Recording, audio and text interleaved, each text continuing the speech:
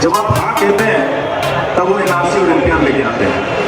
आपकी हाँ कहने से ही वो एनआरसी और एनपीआर लेके आते हैं। क्यों? अगर आपको ड्राइविंग आता हो नहीं आता हो और गाड़ी चलाएंगे, पुलिस वाला आपको पकड़ेंगे, ये नहीं पूछता आपके पास कि आपको चलाना आता है कि नहीं आता है। आपसे क्या पूछते हैं? लाइसेंस है कि नहीं पूछते। अगर मान लीजिए आप पेंशन ले रहे हैं, ऑफिस में जाते हैं और वहां जाके आप बोलो कि मैं जिंदा हूं, मेरा पेंशन दो, तो सरकारी दफ्तर में वो बोलेंगे आप जिंदा हो, खुद आने से नहीं चलेगा, आप लाइफ सर्टिफिकेट दो। और अगर मान लीजिए आपने इस साल का दिया और पिछले साल का गलती से नहीं दिया, तो बोलेंगे पहले पिछले साल का लेके आओ, तभी मानेंगे इस साल तुम जिंदा हो। ये है, हम जानते हैं सरकार कैसे काम करते हैं। तो जैसे आज इतने सारे लोग यहाँ पे आए हैं जिन्होंने कहा कि घुसपैठिया को बाहर निकालना चाहिए, आपसे मैं पूछूं कि कौन घुसपैठिया है? जिसके पास कागज है, चाहे वो आधार कार्ड हो, वोटर आईडी कार्ड हो, पैन कार्ड हो, वो सब सोचते हैं कि हम नागरिक हैं। जिसके पास कागज नहीं है वो नागरिक नहीं है या घुसपैठिया है। ये दोबारा ये सवाल मैं आपसे पूछने वाला हूं, जिनके पास कागज नहीं है उन सबको बाहर निकालना चाहिए कि नहीं? सवाल यही था। पहले घुसपैठिया बोला, बाद में बोला कि जिसके पास कागज नहीं है। ये 2 मिनट में जब उसका अर्थ आप समझ गया कि घुसपैठिया मतलब जिसके पास कागज नहीं है, आपका जवाब बदल गया। सरकार यही चाहते हैं कि आप समझे नहीं बात को। इस तरीके से सवाल पूछे कि आप हाँ या ना में जवाब दें। हाँ कहे, सबको लगेगा हाँ, सबको चुन चुन के बाहर निकालना चाहिए। ये नहीं सोचते हैं कि भाई हमारे पास भी हो सकता है, जो कागज वो मांग रहा है वो हमारे पास भी नहीं हो सकता है। और ये बताओ, अमित शाह ने खुद ही हमें बताया कि ना आधार कार्ड नागरिकता का प्रमाण पत्र है, ना वोटर आईडी कार्ड है, ना आपका रेशन कार्ड है। एमएचए का एक ऑफिसर ने बोला पासपोर्ट तक नहीं है। इसमें से कुछ भी नागरिकता का प्रमाण पत्र नहीं है। तो बाकी बचा क्या हमारे पास? हमारे पास बचा क्या? अगर जिस वोटर आईडी कार्ड से हमने एक सरकार को चुना, उस वोटर आईडी कार्ड को देख के ये नहीं मान सकते कि हम नागरिक हैं, उसके पास हमारे पास बचा क्या है हम नागरिक स्थापित करने के लिए? तब उन्होंने कहा, जब ये कानून लेके आया नागरिकता संशोधन कानून, उस दिन अमित शाह ने कहा पार्लियामेंट में आके कि कान खोल के सुन लो, हम एनआरसी लेके आएंगे। उस दिन पर आंदोलन शुरू नहीं हुआ था।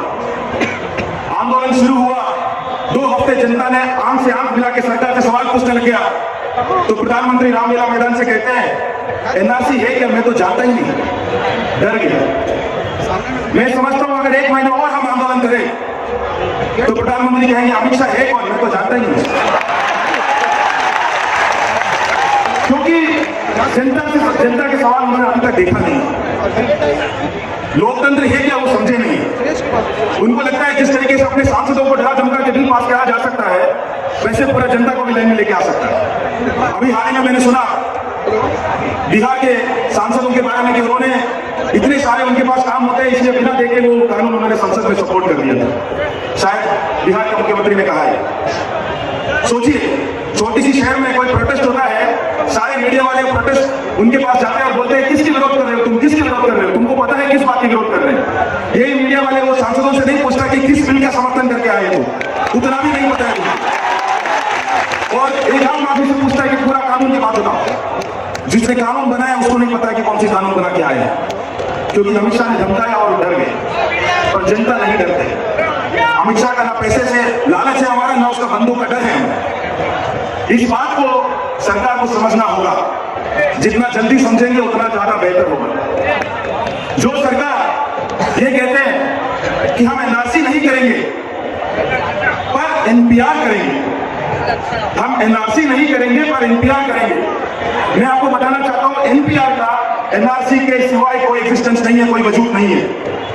ये बात सीतापुर में, उत्तर प्रदेश में सीतापुर में एक सभा में मैं बोल रहा था, तो वहां के एक महिला साथी खड़े होकर पूछ रहे हैं, सर जब इनको पूरी कचौड़ी बनाना नहीं है तो इतना आटा क्यों गूंद रहे हैं? जब इनको एनआरसी करना नहीं है तो एनपीआर कर क्यों रहे हैं? किस बात के लिए एनपीआर कर रहे हैं? चाहे उसमें वो सवाल हो या ना हो। ये यहाँ के सरकार से भी मैं यही कहना चाहता हूं, जब आप खुद ही कह रहे हैं कि आपको एनआरसी नहीं करना है, तो चाहे वो 6 सवाल हो या ना हो, आपको पूरी तरीके से एनपीआर वापस लेना होगा। जब तक नहीं लेंगे तब तक आंदोलन जारी रहेगी। दूसरी बात कानून की, जो एनआरसी और एनपीआर इस देश की हर गरीब के खिलाफ है। और खासकर मैं केरला से हूं, आप जैसे हम भी पूरा देश में हर जगह फंसे हुए हैं। और हमारे अगर कहीं हम रहते हैं, वहां जाके हमारे से पूछते हैं कि तुम्हारा सब पूरा डॉक्यूमेंट लेके आओ, हमारे से मुश्किल हो जाता है दिखाना, हमसे नहीं हो पाएगा। तो ये जो एनआरसी और एनपीआर इस देश की हर गरीब के खिलाफ है, हर महिला के खिलाफ है। आसाम में एनआरसी हुआ, उसमें 12 लाख हिंदू थे, 6 लाख मुसलमान थे, 1 लाख आदिवासी थे। पर एक चीज हम भूल जाते हैं, उसमें 70% महिलाएं थी। जब सबसे ज्यादा जो जिसके ऊपर इसका असर पड़ा है वो महिलाएं हैं, क्योंकि उन्हीं के पास कागज नहीं होते। 18 साल से पहले कहीं शादी हो जाते हैं, उसके बाद पहले कागज बनते हैं अपने पति के नाम पे, अपने माँ बाप के नाम पे नहीं। वो नहीं साबित कर पाते कि हाँ हम इस घर से इस जगह से आए हैं। और इसी बात पे हुआ कि आसाम में 15 कागज थे उनके पास, एक महिला के पास 15 कागज, उनके पास जमीन के डॉक्यूमेंट थे, बैंक के डॉक्यूमेंट थे, आधार कार्ड, वोटर आईडी कार्ड, हर चीज था। पर वो ये नहीं प्रूव कर पाया कि वो अपने माँ बाप की बेटी है, क्योंकि कागज जो भी था उनके हस्बैंड के नाम पे था, अपने माँ बाप के नाम पे नहीं था।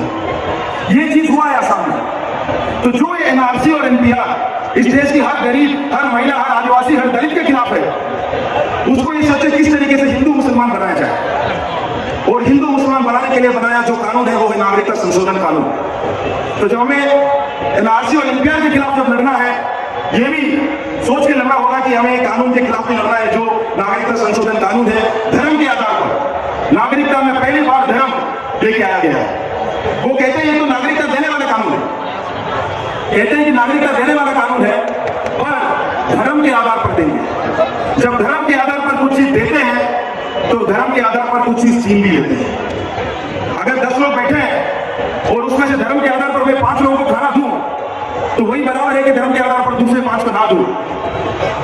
और जब एनआरसी के साथ लेके इसको जोड़ा जाता है, जैसे आसाम में हुआ, 19 लाख लोग निकले लिस्ट से बाहर, जिसमें 12 लाख हिंदू है, 6 लाख मुसलमान है, 1 लाख आदिवासी है। मान लीजिए हम सब परेशान हैं, पर अगर मैं हिंदू हूं तो ये बोलते हैं कि ये कानून आपको मदद कर सकता है, आपको वापस नागरिकता मिल सकता है। और अगर आप मुसलमान हैं, वही कानून आपको बोलेगा कि नहीं, आप डिटेंशन सेंटर जाओ। तो जो नागरिकता देने वाला कानून किस तरीके से नागरिकता छीनने वाला कानून बन जाता है, ये भी समझने की जरूरत है। ये इसीलिए हम सीए को भी उतना ही शक्ति से विरोध करना चाहिए जितना एनपीआर और एनआरसी का विरोध हम कर रहे हैं। एक कोई सब जुडिस की मैटर नहीं है। इस देश में कानून आए हैं, आंदोलन से कानून गए हैं, आंदोलन से कानून में बदलाव आए आंदोलन से, और ये कानून भी जाएगा आंदोलन से ही। एक चीज याद रखिएगा, इमरजेंसी वापस कोई जुडिशरी के ऑर्डर से नहीं गया था। जो इमरजेंसी वापस गया था वो इसी बात के लिए गया था, और इसी धरती से शुरू हुआ था जयप्रकाश आंदोलन। जनता के आंदोलन से इमरजेंसी वापस गया, और जनता के आंदोलन से ही ये कानून भी वापस जाएगा, चाहे सुप्रीम कोर्ट रूप से। ये जैसे मेहनत भाई कह रहे थे, आपको कितना लोगों को लगता है कि सरकार फांसीवादी है? हाथ ऊपर करें। सबको लगता है? हाँ सरकार फांसीवादी हो सकता है, पर मुझे यकीन है कि सरकार बेवकूफ है, एक नंबर का बेवकूफ। जैसे कुत्ते होते पटना में भी करते होंगे, जो कुत्ते हैं गाड़ी के पीछे भागते हैं, देखे ही नहीं, गाड़ियों के पीछे भागता है। एक दिन उठ के सुबह डिसाइड कर लेते हैं या शाम को रात को, हाँ काला गाड़ी के पीछे भागना है, वो भाग लेते हैं, भोगता बहुत है, गाड़ी तक पहुंच जाता है, उसके बाद उसको पता नहीं होता करना क्या है, वो इधर उधर देखने लगते हैं। ये सरकार भी वैसी ही है। नोटबंदी किया, एक दिन वो थम्स अप का ऐड देख के आज कुछ तूफानी करते करके उन्होंने एक दिन डिसाइड कर लिया कि हम आज नोटबंदी करेंगे, कर लिया। 3 महीने जनता को परेशान किया, आज तक अर्थव्यवस्था उतना ही खराब, उससे ज्यादा खराब हालत में हो गए, 1 पैसा काला धन नहीं मिला। करने के बाद उनको आइडिया नहीं कि अभी करना क्या है, भागा धोखा, अभी पता नहीं करना। 370 हटाया, 6 महीने से ऊपर हो गया, बहुत धोखा, बहुत ज्यादा भागा भी, अभी उनको पता नहीं कि कश्मीर में करना क्या है। ये कानून जो नागरिकता देने वाला कानून है करके लेके आया, उसमें किसी से पूछा भाई कोई कैसे प्रूव कर सकता है कि वो पाकिस्तान से आया, अफगानिस्तान से आया है या बांग्लादेश से आया है? तो सरकार के ऑफिसर कहते हैं उसके बारे में हमने सोचा नहीं, शायद वो एक बड़ा मुद्दा हो सकता है। भाई तुमने सोचा ही नहीं है तो भागा क्यों, धोखा क्यों? सोच रहे थे कि वहां पहुंचने के बाद हम सोचेंगे कि करना क्यों, किसी का फायदा करने के लिए। ये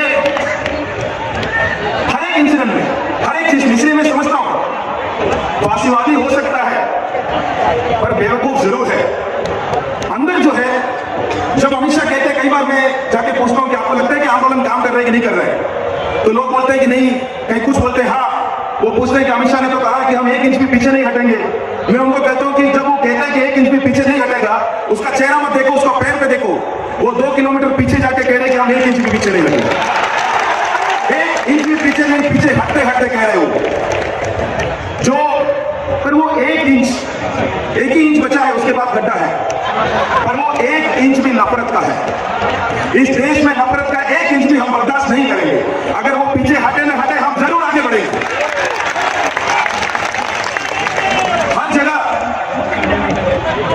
जब ये शुरू हुआ आंदोलन के, कई लोगों को लगता था ये सरकार वापस लेंगे कि नहीं, पर उस टाइम विपक्ष के दल भी इस कानून के बारे में कुछ सही ढंग से बता नहीं रहे थे। आंदोलन के बाद इतना हुआ कि सारे के सारे विपक्ष के दल आके कहने लगे कि हम ये कानून के खिलाफ है। तो इतना तो आपने सुनिश्चित कर चुके हैं, जिस दिन ये सरकार गिरेगी उस दिन ये कानून भी जाएगी। इतना तो जीत आपने पक्का कर चुके हैं। जिस दिन ये सरकार गिरेगी उस दिन ये कानून जाएगी, स्थायी नहीं है कानून। दूसरी बात, जो बच्चे स्टूडेंट्स, उनको लगता था कि फेसबुक इंस्टाग्राम में कुछ ट्रेंड चलाना है लोकतंत्र, आज बाहर निकल के सरकार से सवाल पूछने लगे हैं। लोकतंत्र के लिए लाठी खाने के लिए तैयार हो गया। इस देश के भविष्य उन्होंने सुरक्षित कर लिया है, इसी आंदोलन का देन है। तीसरी बात, जो कई जगह में जाता थे मुस्लिम समुदाय, जो रहते हुए भी गायब रहना चाहते थे, कोई सोशल इश्यूज में बाहर आके अपना बात को रखना नहीं चाह रहे थे, आज गर्व के साथ मुसलमान होने के और भारतीय होने का एक साथ ऐलान कर रहे हैं। ये भी इसी आंदोलन की जीत है। आंदोलन की जीत तो बहुत हो चुके हैं, पर इसी सरकार से हम ये कानून भी वापस करवाएंगे। ना एनआरसी होने देंगे, ना इंपीआर होने देंगे, और ना हम इस सरकार से भी वापस ये कानून भी वापस करवाएंगे। पर उससे पहले एक छोटी सी नारा मैं आपको करना चाहता हूं। 46 साल की सबसे ज्यादा बेरोजगारी है आज। हर एक घंटे में एक बेरोजगार आत्महत्या कर रहे हैं। हर घंटे एक नौजवान, उसको लगता है कि उसको नौकरी नहीं मिल रहा है, वो इसलिए है क्योंकि उसकी जिम्मेदारी है। वो जिम्मेदार है, वो पॉलिटेक्निक में सिविल नहीं किया होता, आईटीआई किया होता, आईटीआई नहीं तो बीई किया होता, कंप्यूटर कर लिया होता, उसको लगता है कि उसकी जिम्मेदारी है। जिम्मेदारी किसकी है? सरकार किसकी है? सरकार हमारी तो हमारे कानून में आता है। सरकार जो है मोदी के, जिम्मेदारी किसकी है? तो मैं कहूंगा देश में बढ़ती बेरोजगारी, आप कहेंगे मोदी तेरी जिम्मेदारी। देश में बढ़ती बेरोजगारी, देश में बढ़ती बेरोजगारी, घूम रहे हैं बलात्कारी, घूम रहे हैं बलात्कारी, क्यों बेच रहे हैं तू रेलगाड़ी पटरी, क्यों बेच रहे हैं रेलगाड़ी पटरी। जवान सभी तुझे वोट है प्यारी, जवान सभी तुझे वोट है प्यारी।